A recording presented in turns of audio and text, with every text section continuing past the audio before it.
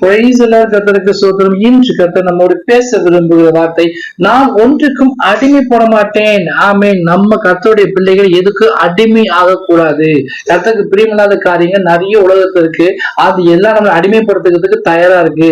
பிசாசு அவன் கர்ஜிக்கிற சிங்கம் போல யாரை விழுங்கலாமோ என்று வகை தேடி சுற்றி திரிகிறான். ஆனா எதுக்கு நம்ம இடம் கொடுத்துடக்கூடாது.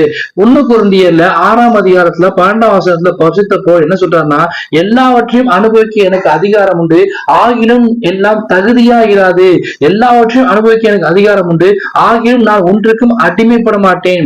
உலகத்துல அநேக காரியங்கள், பாவம் செய்யறதுக்கு, இச்சையான காரியங்கள், மதுபானங்கள், சிகரெட் பிடிக்கிறது, அநேக காரியங்கள் அடிமைத்தனத்தை சிக்கிக்கொள்வது காத்திருக்கு. ஆனா எதுக்கு நம்ம அடிமை ஆகக்கூடாது.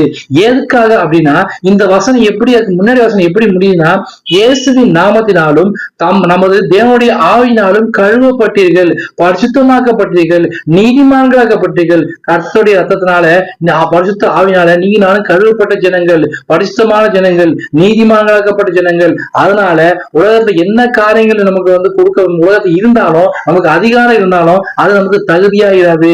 அது நமக்கு அடிமையாக மாட்டேன்னு சொல்லி கர்த்தர் ஒப்பு கொடுங்க. கர்த்தர் உங்களை பரிசுத்த காத்துக் கொள்வாரு. நீங்க நீதிமங்களா மாற்றப்படுவீர்கள். நீதிமன்றங்கள் கர்த்தர் அநேக ஆசீர்வாதம் வச்சிருக்காரு.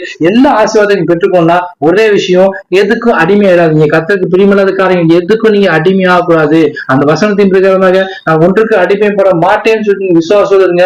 கர்த்தர் நிச்சயமாக கடன்கள், வியாதிகள், பலவீனங்கள் எல்லாவற்றையும் வாழ்க்கையில் நீக்கி போட்டு, அடிமைத்தனத்தின் ஆவியும் வாழ்க்கையில் நீக்கி போட்டு, புத்திர சுகாரத்தின் ஆவியை உங்களுக்கு கொடுத்திருக்காரு.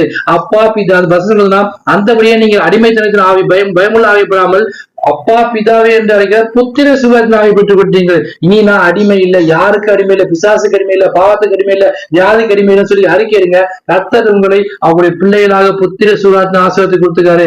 அப்பா பிதாவே என்று கூப்பிடுங்க. கர்த்தர் நிச்சயமா உங்களை ஆசீர்வதித்து சாட்சியா நிறுத்துவார். ஆமென். God bless you.